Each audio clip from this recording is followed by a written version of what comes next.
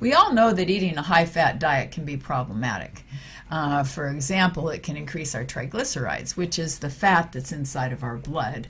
And we don't really want that because it can increase the risk of heart disease and so forth. But some researchers have just found that if you eat certain spices, actually you have to eat quite a bit of them, 2 tablespoons of spices, and you put that in your high-fat meal, it can cut back on these symptoms that you don't want to have. Or these triglyceride levels. Yeah, yes. It'll lower them. So some of the things would be like curcumin and rosemary and paprika and oregano, cloves, garlic, all the spices, rosemary, pretty much. Lots of things like that. Well, 2 tablespoons sounds like a lot, but it also sounds kind of good.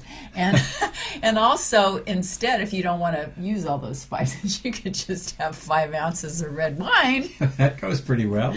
Cheers. Or a little dark chocolate, huh? A little dark chocolate, yeah. And that should help you to not have the bad effects of the high-fat diet. But when we talk about a high-fat diet, not all fats are the same. They're not all created equal. So when we're talking about a high-fat diet, basically what we're talking about are the bad fats, but I don't know in this study if that's what they were talking about. No, they were talking about trans fats. They're talking about normal fats, which I don't think actually are bad for us if we eat them in combination with other foods. The main thing you don't want to do is to eat the trans fats or the hydrogenated or the partially hydrogenated fats. That's right.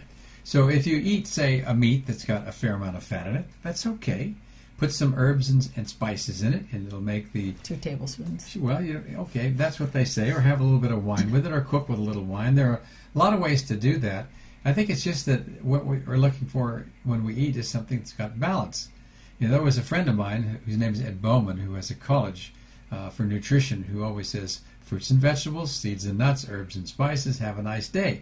And that's a great way to live your life. And he's right when you think about it.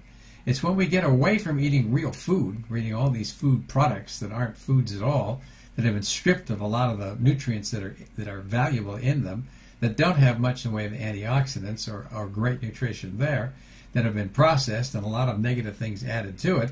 That's not a healthy diet. That's not the way Mother Nature intended us to eat. And also, herbs and spices are good for our heart. They're good for arthritis. They're good for diabetes.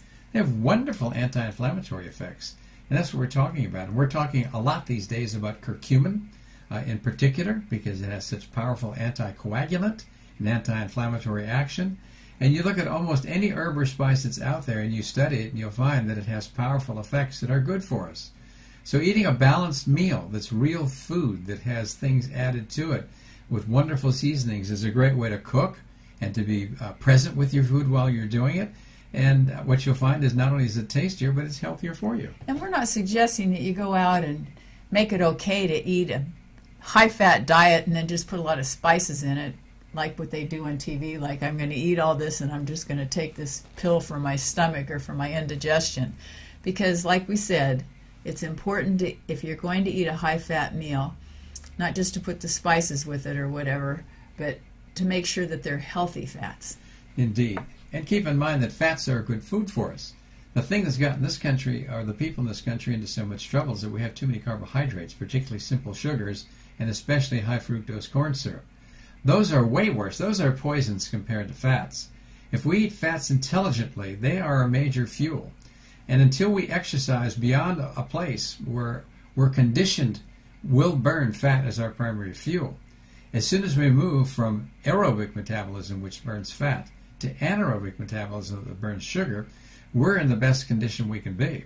Well, people, I think, are mostly afraid to eat high fats because of the calories. And they do have a lot of calories. Well, that and a bad rap. There's a big bad rap about fat. I mean, everybody's got this fat phobia. Yeah, well, the advertisers have done a good job on that. Well, the research did too. I mean, there was a lot of research that was done in saying have a low saturated fat diet that's got complex carbohydrates. And while you can make that work, you can make other diets work as well. And a high-fat diet is a healthy diet if it's done intelligently with the right herbs and spices, with a little bit of carbohydrate, and with some protein. And so what I was trying to say is that if you do eat fats, they fill you up, and you don't really get so hungry in between your meals. So it's helpful to eat some fat. Even when you're on a diet and when you're counting calories. Well, there's 9 calories per gram in fat, and there's 4 in protein and carbohydrates. So most people like to load up on the protein and carbohydrate. The thing is, with the carbohydrate, you get hungry again sooner, and so you're going to eat more. They're not as filling. And the fats are healthy for us. Keep in mind that, again, it's the sugars. Because what the sugars do is they lead to insulin resistance, which means that you'll have higher levels of insulin that are necessary in your body to control the level of sugar that's in your body. And when you need more insulin and the levels rise, it drives the fat into your fat cells, it locks it there, it raises your blood pressure, it raises your triglyceride levels, and it puts you at risk for hypertension, diabetes, heart attacks, and strokes. So that's a simple reason why we don't want too many carbs. And a really bad combination is the sugars with the fat. Yeah. The salt. So there are ways that we can go ahead and we can eat fat that's healthy in our diet. Remember the herbs and spices, the seeds and nuts, the fruits and vegetables, and of course having a great attitude in life, because those are the things that are going to carry you to the best health.